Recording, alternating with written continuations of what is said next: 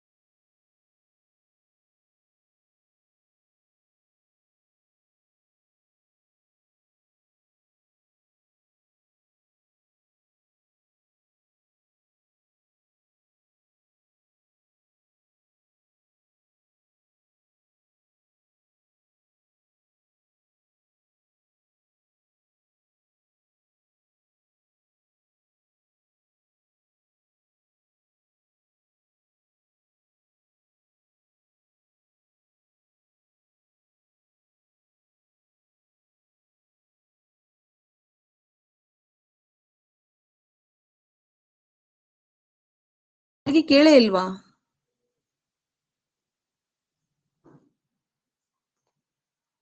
Class start ಮಾಡಿ 26 ನಿಮಿಷ ಆಗಿದೆ ಮೇಡಮ್.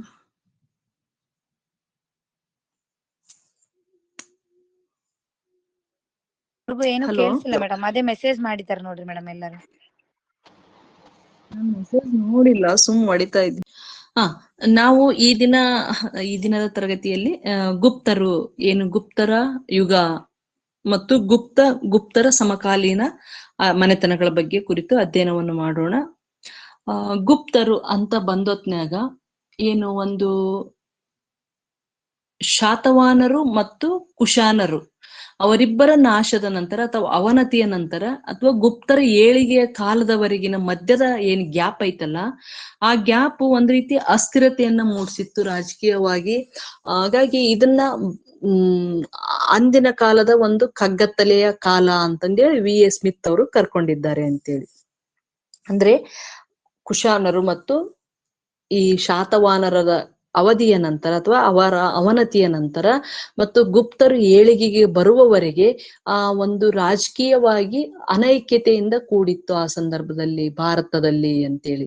ದಕ್ಷಿಣ ಇರ್ಬೋದು, ವಾಯುವ್ಯ ಇರ್ಬೋದು, ಪಶ್ಚಿಮ ಇರ್ಬೋದು ಮತ್ತು ಮಧ್ಯ ಭಾರತ ಇರ್ಬೋದು, ಬೇರೆ ಬೇರೆ ಸಣ್ಣ ಪುಟ್ಟ ರಾಜಮನೆತನಗಳು ಆಳ್ತಾ ಇರ್ತವೆ. ಒಂದು ಏನು ಕೇಂದ್ರೀಕರಣವಾಗಿ ನೋಡ್ಕೊಳ್ತಕ್ಕಂಥ ಬೃಹತ್ ಸಾಮ್ರಾಜ್ಯ ಇರ್ಲಿಲ್ಲ ಅಂತೇಳಿ ಹೇಳ್ಬೋದು.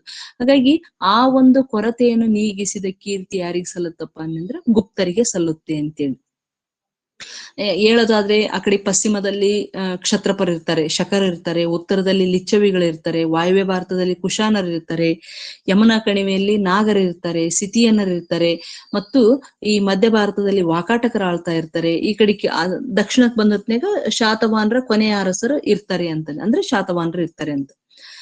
ಟೋಟಲ್ ಆಗಿ ಬಹಳಷ್ಟು ರಾಜಮನೆತನಗಳು ಇರ್ತವೆ. ಬೃಹತ್ ಆದಂತ ಮತ್ತು ದಕ್ಷವಾದಂತ ರಾಜಮನೆತನ ಅಥವಾ ಮೌರ್ಯರ ರೀತಿಯಲ್ಲಿ ಪ್ರಬಲವಾದಂತ ರಾಜಮನೆತನ ಇರಂಗಿಲ್ಲ ಆ ಸಂದರ್ಭದಲ್ಲಿ ಅಂತೇಳಿ. ಹಾಗಾಗಿ ಈ ಎಲ್ಲಾ ಹರಿದು ಹಂಚಿ ಹೋಗಿದ್ದಂತ ಭಾರತದ ರಾಜಕೀಯವನ್ನು ಒಂದೇ ಮನೆತನದ ಅಡಿಯಲ್ಲಿ ತಂದಂತ ಕೀರ್ತಿ ಯಾರಿಗೆ ಸಲ್ಲುತ್ತಪ್ಪ ಅಂದ್ರ ಗುಪ್ತರಿಗೆ ಸಲ್ಲುತ್ತೆ ಅಂತೇಳಿ. ಹಾಗಾಗಿ ಮೌರ್ಯರ ನಂತರ ಹರಿದು ಹಂಚಿ ಹೋಗಿದ್ದಂತ ಭಾರತವನ್ನ ಒಂದೇ ಲಾಂಛನದಡಿಯಲ್ಲಿ ತಂದ ಕೀರ್ತಿ ಮತ್ತೊಮ್ಮೆ ಯಾರಿಗೆ ಸಲ್ಲುತ್ತೆ ಅಂದರೆ ಅದು ಗುಪ್ತರಿಗೆ ಸಲ್ಲುತ್ತೆ ಅಂತೇಳಿ ಹೇಳ್ಬೋದು. ಹಾಗಾಗಿ ಈ ಗುಪ್ತರ ಒಂದು ಏನು ಕಾಲ ಐತಲ್ಲ, ರಾಜಕೀಯವಾಗಿ, ಧಾರ್ಮಿಕವಾಗಿ, ಸಾಹಿತ್ಯ, ವಿಜ್ಞಾನ, ವಾಸ್ತುಶಿಲ್ಪ, ತಂತ್ರಜ್ಞಾನ ಇರ್ಬೋದು, ಆರೋಗ್ಯ, ವೈದ್ಯಕೀಯ ಎಲ್ಲಾ ಕ್ಷೇತ್ರಗಳಲ್ಲಿ ಕೂಡ ಸಾಕಷ್ಟು ಏನು ಇವ್ರದ್ದು ಬೆಳವಣಿಗೆಯನ್ನು ಕಾಣ್ಬೋದು, ಮತ್ತ ವಿಸ್ತರಣೆಯನ್ನು ಕಾಣ್ಬೋದು. ಆಗ್ನೇಯ ಏಷ್ಯಾ ಇರ್ಬೋದು, ಅಖಂಡ ಭಾರತ ಇರ್ಬೋದು, ಬೇರೆ ಬೇರೆ ಕಡೆಗೆ ಇವರು ಸಾಮ್ರಾಜ್ಯವನ್ನು ವಿಸ್ತರಿಸಿದ ಕೀರ್ತಿ ಇರ್ಬೋದು. ಟೋಟಲ್ ಆಗಿ ಇವರ ಒಂದು ಕಾಲವನ್ನ ಏನಂತ ಕರೆದಿದ್ದಾರಪ್ಪ ಅನ್ನಂದ್ರ ಸುವರ್ಣ ಯುಗಕ್ಕೆ ಹೋಲಿಸಲಾಗಿದೆ ಅಂತೇಳಿ. ವಿಶೇಷವಾಗಿ ಸಾಂಸ್ಕೃತಿಕವಾಗಿ ಅವ್ರೇನು ಸಾಧಿಸಿದಂತ ಕೀರ್ತಿ ಐತಲ್ಲ, ಸಾಹಿತ್ಯ ಇರ್ಬೋದು, ನಾಟಕ ಇರ್ಬೋದು, ಕಲೆ, ವಾಸ್ತುಶಿಲ್ಪ, ಇವುಗಳಲ್ಲಿ ಸಾಧಿಸಿದಂತ ಕೀರ್ತಿ ಅವರನ್ನ ಸುವರ್ಣ ಯುಗಕ್ಕೆ ಕರೆದುಕೊಂಡು ಹೋಗುತ್ತೆ ಅಂತೇಳಿ. ಅದ್ರ ಜೊತೆಗೆ ದಕ್ಷವಾದಂತ ಆಡಳಿತವನ್ನ ಏನ್ ಕೊಟ್ಟಿದ್ದಾರಲ್ಲ ಗುಪ್ತರು, ಆ ಒಂದು ಗುಪ್ತರ ಆಡಳಿತವನ್ನ ಗ್ರೀಸಿನ ಪೆರಿಕ್ಲಸ್ನ ಆಡಳಿತಕ್ಕೆ ಹೋಲಿಸಲಾಗಿದೆ ಅಂತೇಳಿ ಹೇಳ್ಬೋದು. ಹಾಗಾಗಿ ಮೌರ್ಯರ ನಂತರ ಪ್ರಾಚೀನ ಭಾರತವನ್ನ ಮತ್ತೊಮ್ಮೆ ಒಂದೇ ಕೇಂದ್ರದಡಿಯಲ್ಲಿ ಅಥವಾ ಏನು ಬೃಹತ್ ರಾಜಮನೆತನದ ಅಡಿಯಲ್ಲಿ ತಂದಂತ ಕೀರ್ತಿ ಗುಪ್ತರಿಗೆ ಸಲ್ಲುತ್ತೆ ಅಂತೇಳಿ. ಹಾಗಾಗಿ ಗುಪ್ತರ ಆಳ್ವಿಕೆಯನ್ನ ಭಾರತದ ಚರಿತ್ರೆಯಲ್ಲಿ ಅಷ್ಟೇ ಯಾಕೆ ಇಡೀ ವಿಶ್ವದ ಚರಿತ್ರೆಯಲ್ಲಿ ಕೂಡ ಒಂದ್ ರೀತಿಯಿಂದ ಸುವರ್ಣ ಅಕ್ಷರದಲ್ಲಿ ಬರೆದಿಡಬೇಕಾದಂತ ಒಂದು ಸನ್ನಿವೇಶ ಅಂತೇಳಿ ಹೇಳ್ಬೋದು. ಹಾಗಾಗಿ ಗುಪ್ತರ ಒಂದು ಚರಿತ್ರೆಯನ್ನ ಅತ್ಯಂತ ವೈಭವದ ಕಾಲ, ಕತ್ತಲೆಯಿಂದ ಬೆಳಕಿನಡೆಗೆ ಬಂದಂತ ಕಾಲ ಅಂತಂದೇಳಿ ಕರೆಯಲಾಗಿದೆ. ಹಾಗಾಗಿ ಗುಪ್ತರನ್ನ ನೋಡ್ರಿ, ನಾವು ಪ್ರಾಚೀನ ಭಾರತದಲ್ಲಿ ಸುವರ್ಣ ಯುಗ ಅಂತ ಮಾತಾಡೋದಾದ್ರೆ ಅದು ಗುಪ್ತರ ಕಾಲದಲ್ಲಿ ಮೇಳೈಸಿತ್ತು ಅಂತೇಳಿ ಹೇಳ್ಬೋದು. ಇವನ್ನು ಮೌರ್ಯರ ಕಾಲದಲ್ಲಿ ಕೂಡ ಸುವರ್ಣ ಯುಗ ಅಂತೇಳಿ ಎಲ್ಲಿ ಕಂಡಿಲ್ಲ, ಆದ್ರೆ ಗುಪ್ತರ ಕಾಲಾವಧಿಯನ್ನ ಸುವರ್ಣ ಯುಗ ಅಂತೇಳಿ ಕರೆಯಲಾಗಿದೆ ಅಂತೇಳಿ. ಇಂಥ ಗುಪ್ತರು ಇವರ ಕಾಲಾವಧಿ ಬಂದ್ಬಿಟ್ಟು ಕ್ರಿಸ್ತಶಕ 275 570 ಇವರ ಒಂದು ಕಾಲಾವಧಿ ಅಸ್ತಿತ್ವದಲ್ಲಿತ್ತು ಅಂತ ಹೇಳ್ಬೋದು. ಗುಪ್ತರ ಕಾಲಾವಧಿ ಇವ್ರದ್ದು ಪಾಟಲಿಪುತ್ರ ರಾಜಧಾನಿ ಆಗಿತ್ತು. ಹಾಗಾಗಿ ಪಾಟಲಿಪುತ್ರ ಅಂತ ಏನು ನಗರ ಐತಲ್ಲ, ಇದನ್ನ ಯಾರು ರಾಜಧಾನಿಯಾಗಿ ಮಾಡಿಕೊಂಡಿದ್ದಾರೋ ಅವರೆಲ್ಲರೂ ಕೂಡ ಒಂದು ಬೃಹತ್ ಮತ್ತು ದಕ್ಷವಾದಂತ ಆಡಳಿತವನ್ನು ನೀಡಿದ್ದಾರೆ ಅಂತೇಳಿ ಹೇಳ್ಬೋದು. ನಾವ್ ಹಿಂದೆ ಮೌರ್ಯರನ್ನು ನೋಡಿದಾಗ ಮತ್ತು ಮಗಧ ಸಾಮ್ರಾಜ್ಯವನ್ನು ನೋಡಿದಾಗ ಪಾಟಲಿಪುತ್ರವನ್ನೇ ಅವರು ರಾಜಧಾನಿಯನ್ನಾಗಿ ಮಾಡಿಕೊಂಡಿದ್ರು. ಇಲ್ಲಿ ಕೂಡ ಗುಪ್ತರು ಪಾಟಲಿಪುತ್ರವನ್ನ ರಾಜಧಾನಿಯನ್ನಾಗಿ ಮಾಡಿಕೊಂಡ್ರು ಅಂತ ಹೇಳ್ಬೋದು.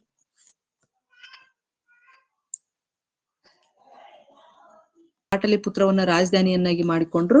ಇವರ ಒಂದು ಕಾಲಾವಧಿ ನಾವು ಕ್ರಿಸ್ತ ಶಕ 275 570. ಸ್ಥಾಪಕ ಬಂದ್ಬಿಟ್ಟು ಸ್ತ್ರೀಗುಪ್ತ ಮತ್ತು ಇವರ ಲಾಂಛನ ಬಂದ್ಬಿಟ್ಟು ಗರುಡ ಅಂತೇಳಿ ಹೇಳ್ಬೋದು. ಹಾಗಾಗಿ ಈ ಗುಪ್ತರನ್ನ ಅಧ್ಯಯನ ಮಾಡ್ಲಿಕ್ಕೆ ಸಾಕಷ್ಟು ಮೂಲಾಧಾರಗಳು ನಮಗೆ ಲಭ್ಯ ಇದ್ದಾವೆ. ಸಾಹಿತ್ಯಿಕ ಮೂಲಾಧಾರಗಳಿರ್ಬೋದು, ಪ್ರಾಕ್ತನ ಮೂಲಾಧಾರಗಳಿರ್ಬೋದು. ನಮಗೆ ಬಹಳಷ್ಟು ಏನು ಆಕರಗಳು ಗುಪ್ತರನ್ನ ಅಧ್ಯಯನ ಮಾಡ್ಲಿಕ್ಕೆ ನಮಗೆ ಲಭ್ಯ ಇದ್ದಾವೆ ಅಂತೇಳಿ ಹೇಳ್ಬೋದು.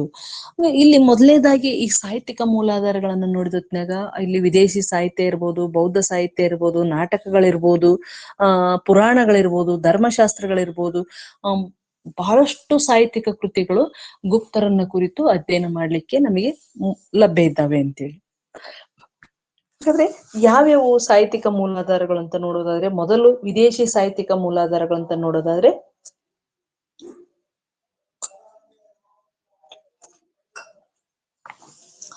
ಇಲ್ಲಿ ವಿದೇಶಿ ಸಾಹಿತ್ಯ ಅಂತ ನೋಡೋದಾದ್ರೆ ವಿಶೇಷವಾಗಿ ಏನು ಚೀನಾದಿಂದ ಬೌದ್ಧ ಸನ್ಯಾಸಿಗಳಾಗಿ ಭಾರತಕ್ಕೆ ಬಂದಂತ ಫಾಯಿಯಾನ ಇರ್ಬೋದು. 2ನೇ ಚಂದ್ರಗುಪ್ತನ ಕಾಲಾವಧಿಯಲ್ಲಿ ಅವನು ಭಾರತವನ್ನ ಸಂದರ್ಶನ ಮಾಡಿರ್ತಾನೆ ಅಂತೇಳಿ. ಹಾಗಾಗಿ ಫಾಯಿಯಾನ ಇರ್ಬೋದು, ಆಮೇಲೆ ಹುಯನ್ ಸಾಂಗ್ ಇರ್ಬೋದು ಮತ್ತು ಇತ್ಸಿಂಗ್ ಇವ್ರು ಮೂವರು ಕೂಡ ಚೀನಿ ಯಾತ್ರಿಕರು. ಅದರಲ್ಲಿ ವಿಶೇಷವಾಗಿ ಬೌದ್ಧ ಯಾತ್ರಿಕರಾಗಿರ್ತಾರೆ. ಇವು ಬೌದ್ಧ ಸಾಹಿತ್ಯಗಳು ಕೂಡ ಹೌದು ಮತ್ತು ವಿದೇಶಿ ಸಾಹಿತ್ಯ ಕೂಡ ಹೌದು.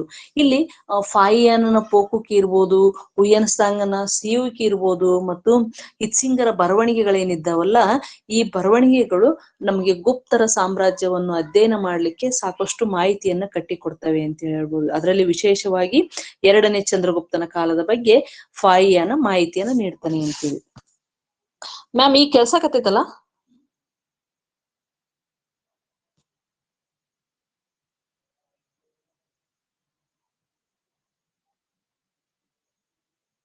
ಹಲೋ. ಎಸ್ ಮೇಡಮ್, ಕೇಳಿಸ್ತಾ ಇದೆ ಮೇಡಮ್, ಕಂಟಿನ್ಯೂ ಮಾಡಿ. ಹಾ ಮೇಡಮ್, ಕೇಳಿಸ್ತಾ ಇದೆ. ಸರಿ. ಹೀಗಾಗಿ ಈ ಏನು ಚೀನಿ ಯಾತ್ರಿಕರ ಬರವಣಿಗೆಗಳು ಗುಪ್ತರನ್ನ ಕುರಿತು ಅಧ್ಯಯನ ಮಾಡ್ಲಿಕ್ಕೆ ಸಾಕಷ್ಟು ಮಾಹಿತಿಯನ್ನ ಕಟ್ಟಿಕೊಡ್ತವೆ ಅಂತೇಳಿ. ಅದ್ರ ಜೊತೆಗೆ ಮತ್ತೆ ದೇಶೀಯ ಕೃತಿಗಳಾದಂತ ಏನು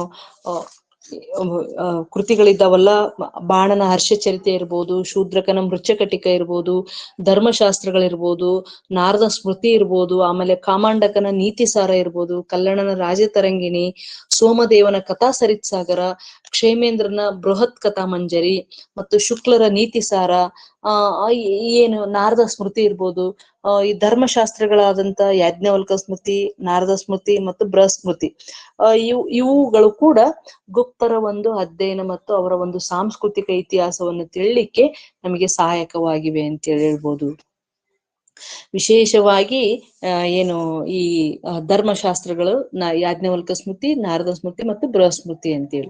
ಮತ್ತು ಕೃತಿಗಳಲ್ಲಿ ಬಾಣನ ಹರ್ಷಚರಿತೆ, ಶೂದ್ರಕನ ಮೃಚ್ಛಕಟಿಕ ಮತ್ತು ಸೋಮದೇವನ ಕಥಾ ಸರಿತ್ಸಾಗರ, ಆಮೇಲೆ ಕಲ್ಲಣನ ರಾಜತರಂಗಿಣಿ, ಕಾಮಾಂಡಕನ ನೀತಿಸಾರ, ಕ್ಷೇಮೇಂದ್ರನ ಬೃಹತ್ ಕಥಾ ಮಂಜರಿ ಮತ್ತು ಶುಕ್ಲರ ನೀತಿಸಾರ, ಇವು ಎಲ್ಲವೂ ನಮಗೆ ಗುಪ್ತರನ್ನು ಅರಿಯಲಿಕ್ಕೆ ಅಥವಾ ಗುಪ್ತರನ್ನ ತಿಳಿಯಲು ಸಹಾಯಕವಾಗುವ ಸಾಹಿತ್ಯ ಅಂತೇಳಿ ಹೇಳ್ಬೋದು.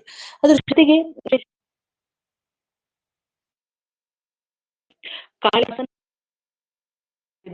ಕಾಳಿದಾಸನ ಕೃತಿಗಳು ಮತ್ತು ನಾಟಕಗಳು, ಋತು ಸಂಹಾರ ಇರ್ಬೋದು, ಮೇಘದೂತ ಇರ್ಬೋದು, ಕುಮಾರ ಸಂಭವ ಇರ್ಬೋದು, ಕಾವ್ಯಗಳು, ವಿಕ್ರಮೋರ್ವಶಿಯ ಮತ್ತು ಶಾಕುಂತಲ, ಇದು ಅಭಿಜ್ಞಾನ ಶಾಕುಂತಲ, ಏನು ಮಾಳವಿಕಾಗ್ನಿಮಿತ್ರ, ಮೇಘದೂತ, ಇವೆಲ್ಲವೂ ಏನು ಗುಪ್ತರ ಕಾಲದಲ್ಲಿ ರಚನೆ ಆದಂತ ನಾಟಕಗಳು.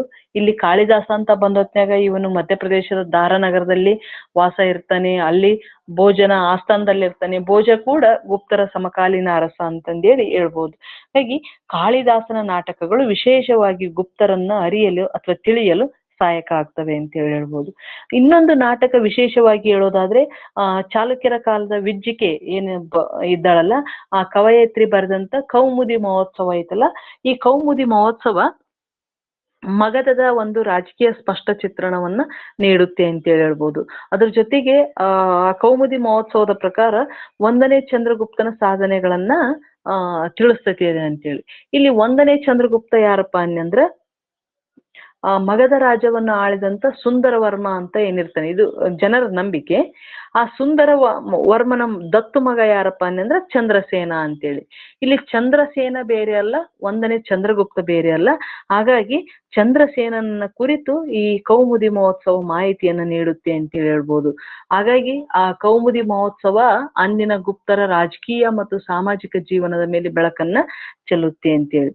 ಇಲ್ಲಿ ಮತ್ತೆ ಏನಪ್ಪಾ ಅನ್ನಂದ್ರ ಕಾಳಿದಾಸನ ನಾಟಕಗಳಲ್ಲಿ ಕೂಡ ಅಂದಿನ ಕಾಲದ ಸಾಮಾಜಿಕ ಮತ್ತು ಧಾರ್ಮಿಕ ಚಿತ್ರಣ ನಮಗೆ ಕಂಡು ಬರುತ್ತೆ ಅಂತೇಳಿ. ಮತ್ತ ಇನ್ನೊಂದು ಏನಪ್ಪಾ ಅನ್ನಂದ್ರೆ ಇಲ್ಲಿ ಮುದ್ರಾ ರಾಕ್ಷಸ ಏನೈತಲ್ಲ, ಮುದ್ರಾ ರಾಕ್ಷಸ ವಿಶೇಷವಾಗಿ ಏನ್ ಹೇಳ್ತಪ್ಪ ಅನ್ನಂದ್ರ ಮೌರ್ಯರ ಕುರಿತು, ಅಲ್ಲಿ ಚಂದ್ರಗುಪ್ತನ ಮೌರ್ಯನ ಕುರಿತು ಅದು ಮಾತಾಡತ್ತೆ. ಆದ್ರೆ ಇನ್ನೊಂದು ಏನೈತಲ್ಲ, ದೇವಿ ಚಂದ್ರಗುಪ್ತಂ ಏನೈತಲ್ಲ, ಈ ವಿಶಾಖದತ್ತನ ದೇವಿ ಚಂದ್ರಗುಪ್ತಂ ನಾಟಕ, ಈ ದೇವಿ ಚಂದ್ರಗುಪ್ತಂ ನಾಟಕ ಏನ್ ಹೇಳ್ತಪ್ಪ ಅನ್ನಂದ್ರ 2ನೇ ಚಂದ್ರಗುಪ್ತರನ್ನ ಕುರಿತು ಮಾತಾಡುತ್ತೆ ಅಂತೇಳಿ. ಇಲ್ಲಿ 2ನೇ ಚಂದ್ರಗುಪ್ತ ಗುಪ್ತರ ಪ್ರಸಿದ್ಧ ಅರಸ ಆಗಿರ್ತಾನೆ. ಈ 2ನೇ ಚಂದ್ರಗುಪ್ತ ಶಕರನ್ನ ಹೇಗೆ ನಿರ್ಮೂಲನೆ ಮಾಡಿದ ಅನ್ನೋದ್ರ ಕುರಿತು ಇದು ತಿಳಿಸಿಕೊಡುತ್ತೆ ಅಂತೇಳಿ ಹೇಳ್ಬೋದು. ಜೊತೆಗೆ ಇಲ್ಲಿ ಗುಪ್ತರ ಅರಸ ಏನಿದ್ದಾನಲ್ಲ,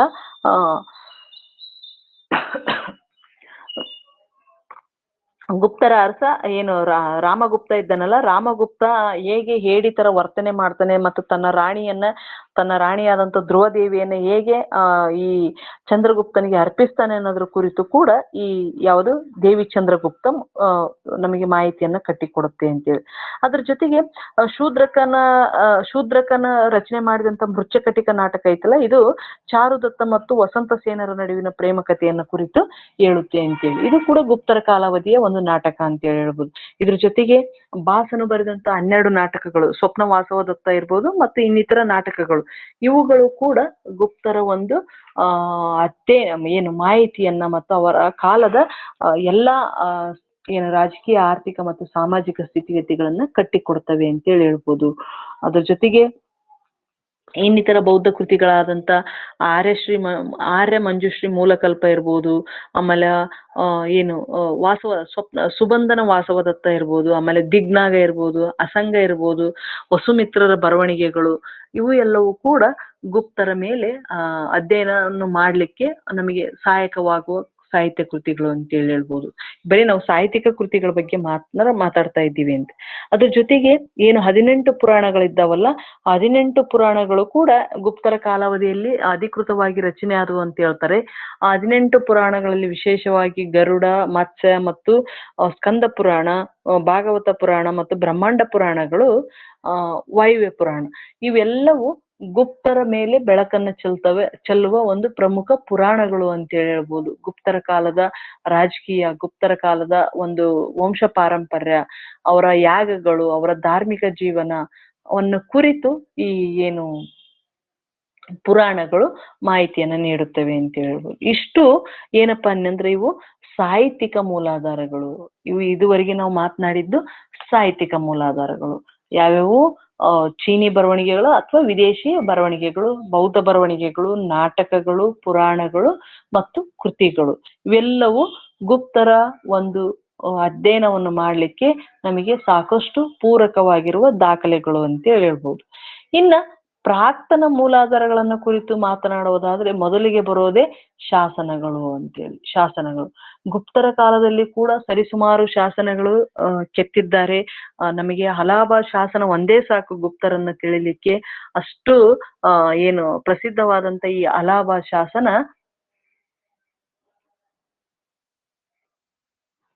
ಏನು ಸಮುದ್ರಗುಪ್ತ ಇದ್ದನಲ್ಲ, ಸಮುದ್ರಗುಪ್ತನ ದಂಡನಾಯಕ ಹರಿಶೇಣನಿಂದ ನಿರ್ಮಾಣವಾದಂತ ಶಾಸನ ಅಂತ ಹೇಳ್ಬೋದು. ಈ ಹಲಾಬ ಸ್ತಂಭ ಶಾಸನ ಏನೈತಲ್ಲ, ಇದು ಸಂಪೂರ್ಣವಾಗಿ ಸಮುದ್ರಗುಪ್ತನ ದಿಗ್ವಿಜಯಗಳು, ಅವನ ಆಡಳಿತ, ಅವನ ವ್ಯಕ್ತಿತ್ವ, ಅವನ ಪರಾಕ್ರಮ ಮತ್ತು ಅವನ ಸಾಧನೆಗಳನ್ನ ಕುರಿತು ಮಾಹಿತಿಯನ್ನು ತಿಳಿಸುವ ಶಾಸನ ಅಂತ ಹೇಳ್ಬೋದು. ಒಂದೇ ವಾಕ್ಯದ 33 ಸಾಲಿನ ಹರಿಶೇಣನಿಂದ ನಿರ್ಮಿತ ಆದಂತ ಈ ಶಾಸನ ಗುಪ್ತರು ಮತ್ತು ಸಮುದ್ರಗುಪ್ತನ ಸಂಪೂರ್ಣ ಮಾಹಿತಿಯನ್ನ ಕಟ್ಟಿಕೊಡುತ್ತೆ ಅಂತ ಹೇಳ್ಬೋದು. ಅದೇ ತರ ಮೆಹರೋಲಿ ಸ್ತಂಭ ಶಾಸನ, ಮೆಹರೋಲಿ ಸ್ತಂಭ ಶಾಸನ ಅಂತರೂ ಕೂಡ ಗುಪ್ತರ ಒಂದು ಏನು ಅದಮ್ಯವಾದಂತ ಮತ್ತು ಅತ್ಯಂತ ಏನು ರಾಸಾಯನ ಅಂತ ನಾವೇನ್ ಹೇಳ್ತೀವಲ್ಲ, ರಾಸಾಯನಿಕ ವಿಜ್ಞಾನ, ಅಥವಾ ಅದು ಇದುವರೆಗೆ ತುಕ್ಕೆ ಹಿಡ್ದಿಲ್ಲ ಅಂತ ಹೇಳ್ತಾರೆ. ಎಷ್ಟೊಂದು ಗಾಳಿ, ಮಳೆ, ಚಳಿ ಇದುವರೆಗೆ ತೆರೆದುಕೊಂಡಿದ್ರು ಕೂಡ ಆ ಕಬ್ಬಿಣ ತುಕ್ಕೆ ಹಿಡ್ದಿಲ್ಲ.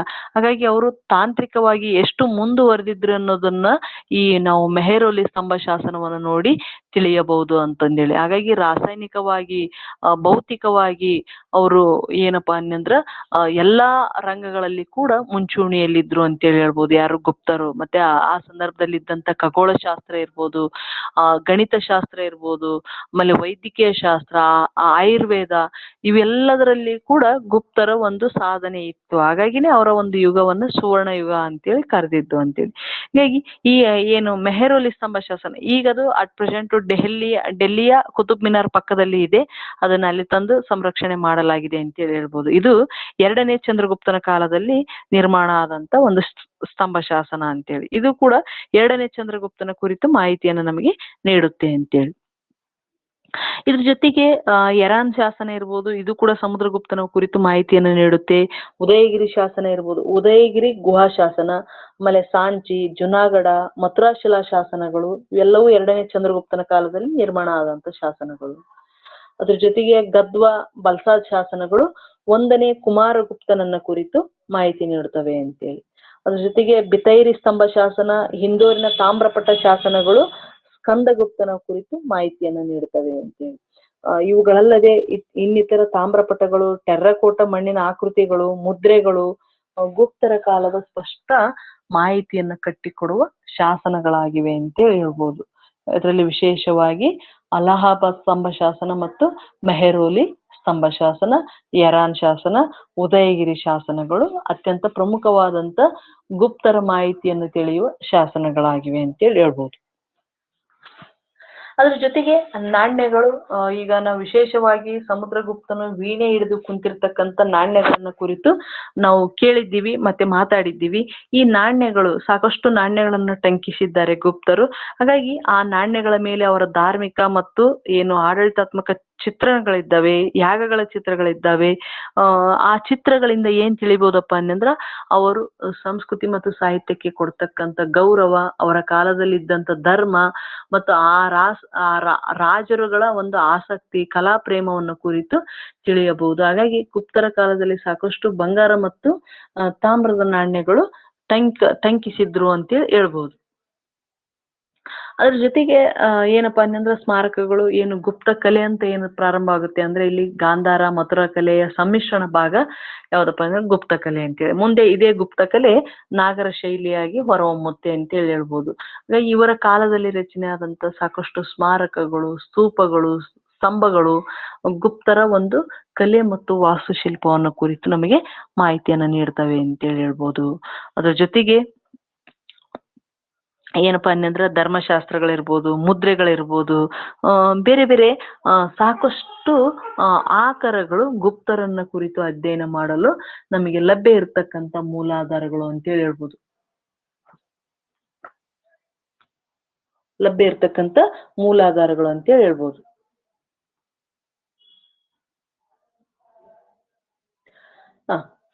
ಈಗ ನಾವು ಇದುವರೆಗೆ ಗುಪ್ತರನ್ನ ಅಧ್ಯಯನ ಮಾಡ್ಲಿಕ್ಕೆ ಇರ್ತಕ್ಕಂಥ ಮೂಲಾಧಾರಗಳನ್ನ ಕುರಿತು ಚರ್ಚೆ ಮಾಡಿದ್ವಿ ಅಂತೀವಿ. ಈಗ ಗುಪ್ತರ ಮೂಲ ಯಾವುದು, ಎಲ್ಲಿಂದ ಬಂದ್ರು, ಯಾವ್ದವ್ರ ಜಾತಿ, ಯಾರು ಆ ಗುಪ್ತರು ಅಂತೇಳಿ ನೋಡೋದಾದ್ರೆ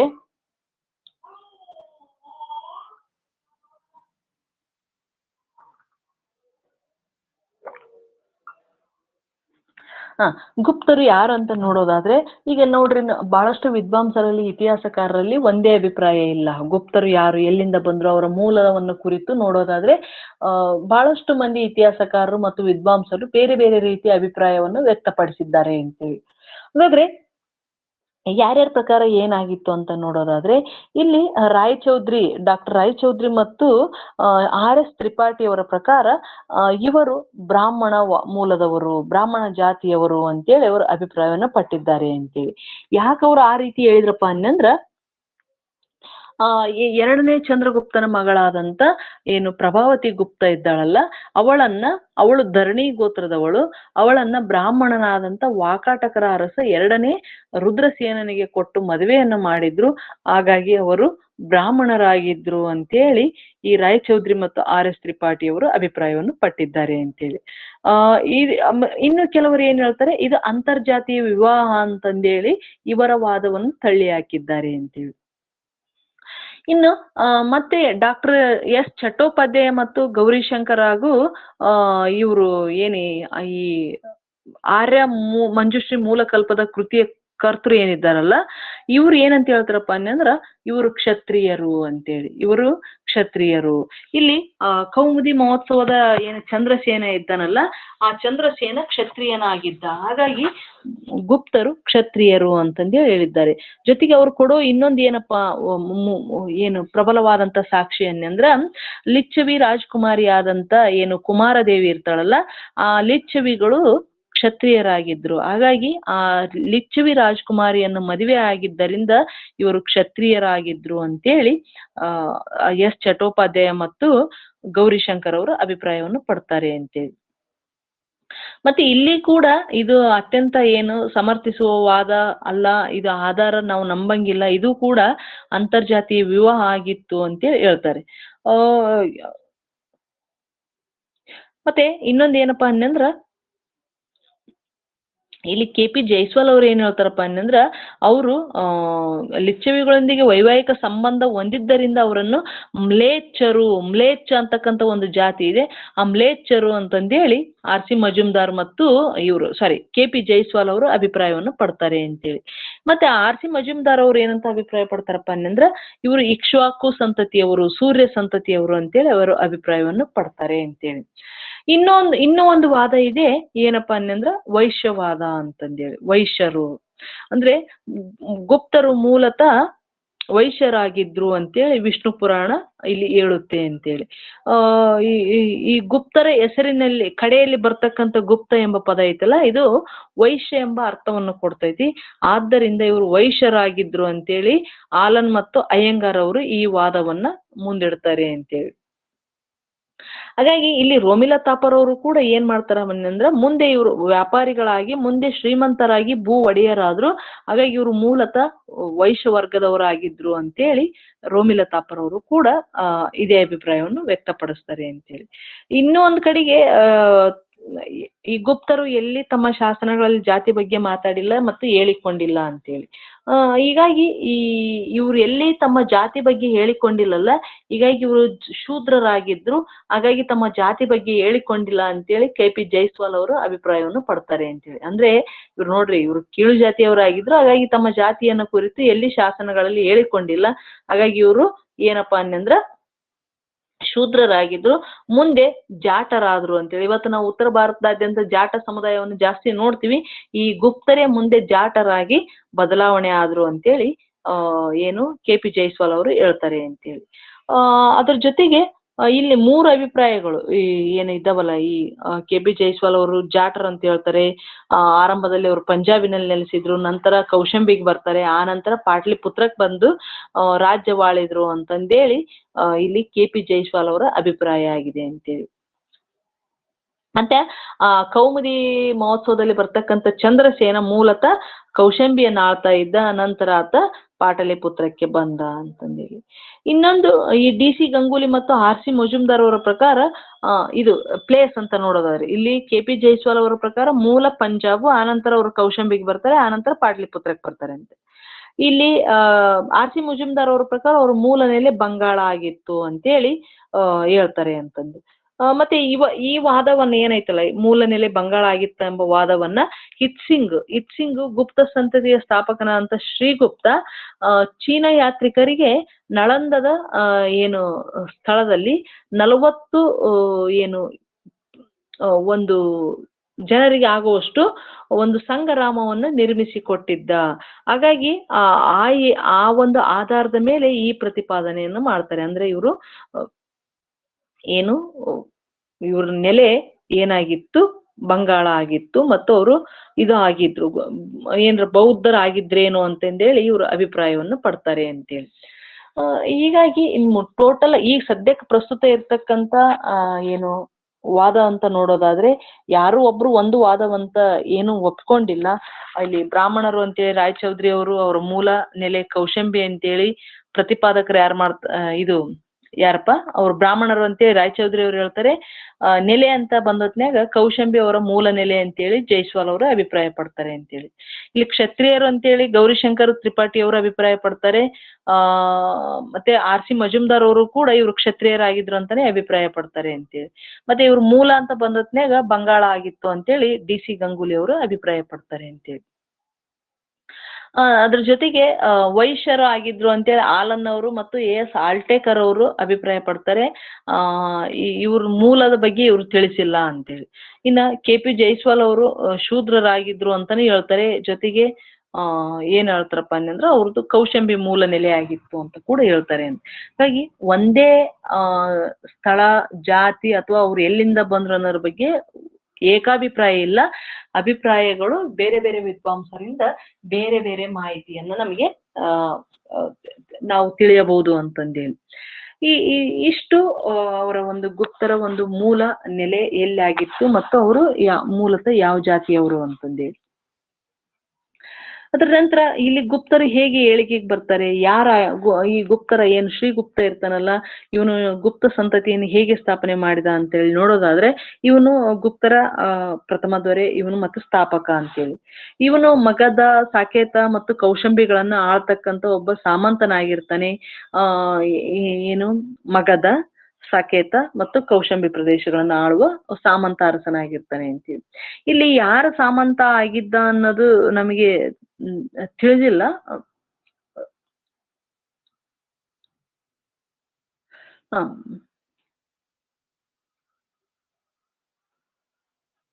ಅಂದ್ರೆ ಇವರು ಮೂಲತಃ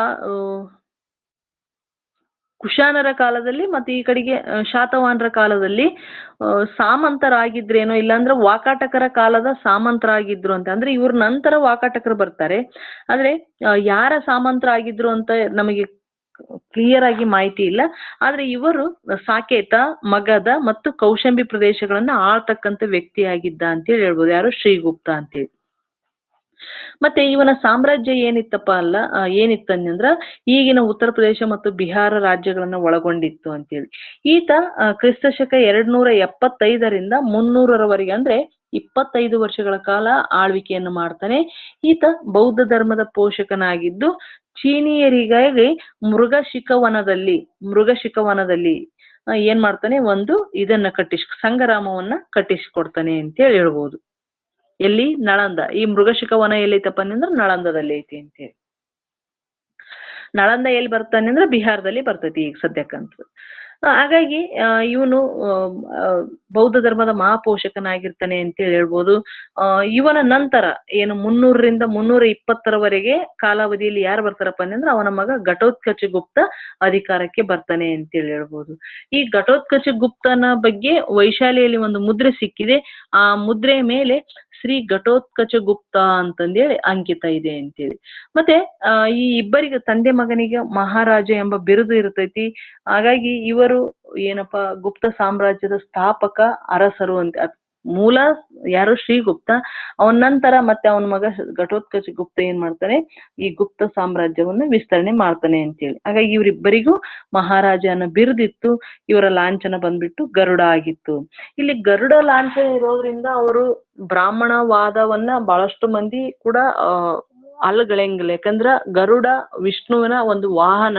ಹಾಗಾಗಿ ವಿಷ್ಣುವಿನ ಆರಾಧಕರು ವೈಷ್ಣವರ ಅಥವಾ ಬ್ರಾಹ್ಮಣರಾಗಿರ್ತಾರೆ. ಹಾಗಾಗಿ ಅವರು ಮೂಲ ಬ್ರಾಹ್ಮಣರಾಗಿರ್ಬಹುದು ಮತ್ತು ಅವರು ಹಿಂದೂ ಧರ್ಮವನ್ನ ರಕ್ಷಣೆ ಮಾಡ್ತಾರೆ, ಹಿಂದೂ ಧರ್ಮವನ್ನ ಪೋಷಣೆ ಮಾಡ್ತಾರೆ. ಹಾಗಾಗಿ ಅವರ ವಾದ ಏನಾಗಿರ್ಬೋದು, ಬ್ರಾಹ್ಮಣ ಆಗಿರ್ಬೋದು, ಮೂಲ ಜಾತಿ ಅಂತ ಬಂದುತ್ತೆ. ಇಷ್ಟು ಏನು ಗುಪ್ತರ ಒಂದು ಆರಂಭ, ಗುಪ್ತರ ಎಲ್ಲಿಂದ ಬಂದ್ರು ಮತ್ತು ಯಾರು ಸ್ಥಾಪನೆ ಮಾಡಿದ್ರು, ಅವರನ್ನ ಅಧ್ಯಯನ ಮಾಡ್ಲಿಕ್ಕೆ ಇರ್ತಕ್ಕಂಥ ಮೂಲಾಧಾರಗಳೇನನ್ನೋದ್ರ ಕುರಿತು ಇವತ್ತು ನಾವು ಚರ್ಚೆಯನ್ನ ಮಾಡಿದ್ದೀವಿ. ಈಗ ನೆಕ್ಸ್ಟ್ ತರಗತಿಯಲ್ಲಿ 1ನೇ ಚಂದ್ರಗುಪ್ತ ಮತ್ತು ಸಮುದ್ರಗುಪ್ತ ಅವನ ಒಂದು ಕುರಿತು ಅಧ್ಯಯನವನ್ನು ಮಾಡೋಣ.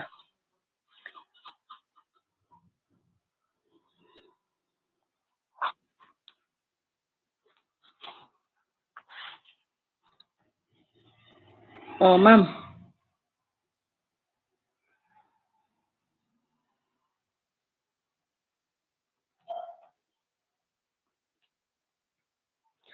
ಇದು ಆಧಾರಗಳಲ್ಲಿ ಏನಾದ್ರೂ ನಿಮ್ಗೆ ಡೌಟ್ಸ್ ಐತಾ? ಆಧಾರ ಮತ್ತು ಅವ್ರ ಮೂಲದ ಬಗ್ಗೆ, ಕಾಲ ಅವ್ರದ್ದು ಮತ್ತೆ ಲಾಂಛನ ಇದೆ.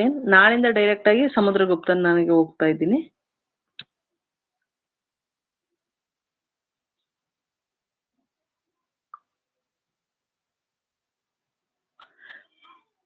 ಇಲ್ಲಿ ಘಟೋತ್ಕಚ ಗುಪ್ತನ ನಂತರ ಅಧಿಕಾರಕ್ಕೆ ಬಂದವನು 1ನೇ ಚಂದ್ರಗುಪ್ತ. ಆರಂಭದ ಅರಸರಲ್ಲಿ ಅತ್ಯಂತ ಪ್ರಸಿದ್ಧ ಅರಸ ಯಾರಪ್ಪ ಅಂದ್ರ 1ನೇ ಚಂದ್ರಗುಪ್ತ ಅಂತಾನೆ ಹೇಳ್ಬೋದು. ಇವನು ಕ್ರಿಸ್ತಶಕ 320ರಿಂದ 335ರವರೆಗೆ ಅಂದ್ರೆ 15 ವರ್ಷ ಆಳ್ವಿಕೆಯನ್ನು ಮಾಡ್ತಾನೆ. ಯಾರು? 1ನೇ ಚಂದ್ರಗುಪ್ತ ಅಂತೇಳಿ. ಮತ್ತೆ ಈತ ಅಂದ್ರೆ ಅವರು ಸಾಮಂತ ಅರಸರಾಗಿ ಬಂದಿದ್ರು ಹೆಂಗೋ ಗೊತ್ತಿಲ್ಲ, ಅಧಿಕೃತವಾಗಿ ಸಾರ್ವಭೌಮ ದೊರೆ ಅಂತೇಳಿ ಅನ್ಸ್ಕೊಳ್ತಾನೆ. ಯಾರು? 1ನೇ ಚಂದ್ರಗುಪ್ತ ಅಂತ. ಇವನನ್ನ ನಿಜವಾದ ಗುಪ್ತ ಸಂತತಿಯ ಸ್ಥಾಪಕ ಅಂತ ಕೂಡ ಕರೀತಾರೆ ಅಂತೇಳಿ. ಮತ್ತೆ ಇವನ ಇವನು ಮೊಮ್ಮಗ. ಯಾರ ಮೊಮ್ಮಗ ಅಂದ್ರೆ ಶ್ರೀಗುಪ್ತನ ಮೊಮ್ಮಗ ಅಂತೇಳಿ. ಏನು ಇವರ ಪೂರ್ವಜರಿಗೆ ಮಹಾರಾಜ ಅಂತ ಬಿರುದಿರ್ತಲ್ಲ, ಇವನಿಗೆ ಮಹಾರಾಜಾದಿರಾಜ, ಕಿಂಗ್ ಆಫ್ ಕಿಂಗ್ಸ್ ಅಂತೇಳಿ ಇವನಿಗೆ ಬಿರುದಿರ್ತೈತಿ. ಹಾಗಾಗಿ ಇದು ಸಾರ್ವಭೌಮದ ಸೂಚಕ ಆಗಿತ್ತು ಮತ್ತು ಅವನ ಪ್ರಬಲತೆಯ ಸೂಚಕ ಆಗಿತ್ತು. ಹಾಗಾಗಿ ನಿಜವಾದ ಗುಪ್ತ ಸಾಮ್ರಾಜ್ಯದ ಸ್ಥಾಪಕ ಯಾರಪ್ಪ ಅಂದ್ರೆ 1ನೇ ಚಂದ್ರಗುಪ್ತ ಅಂತೇಳಿ. ಮತ್ತೆ ಇವನು ಏನು ಕ್ರಿಸ್ತ ಶಕ 320ರಂದು ಫೆಬ್ರವರಿ 26ನೇ ತಾರೀಕು ಪಟ್ಟಾಭಿಷೇಕವನ್ನು ಮಾಡ್ಕೊಳ್ತಾನೆ. ಆ ಪಟ್ಟಾಭಿಷೇಕದ ನೆನಪಿಗಾಗಿ ಗುಪ್ತ ಶಕೆಯನ್ನ ಆರಂಭ ಮಾಡ್ತಾನೆ ಅಂತ ಹೇಳ್ಬೋದು.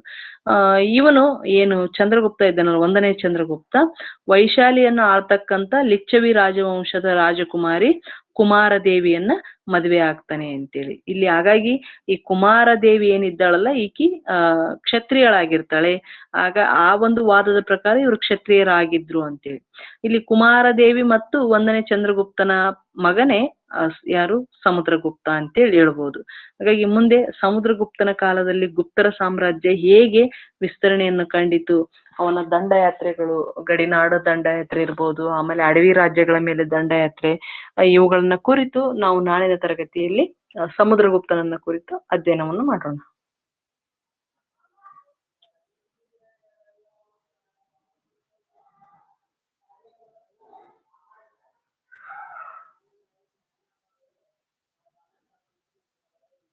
ನಿಮ್ದೇನಾದ್ರು ಡೌಟ್ಸ್?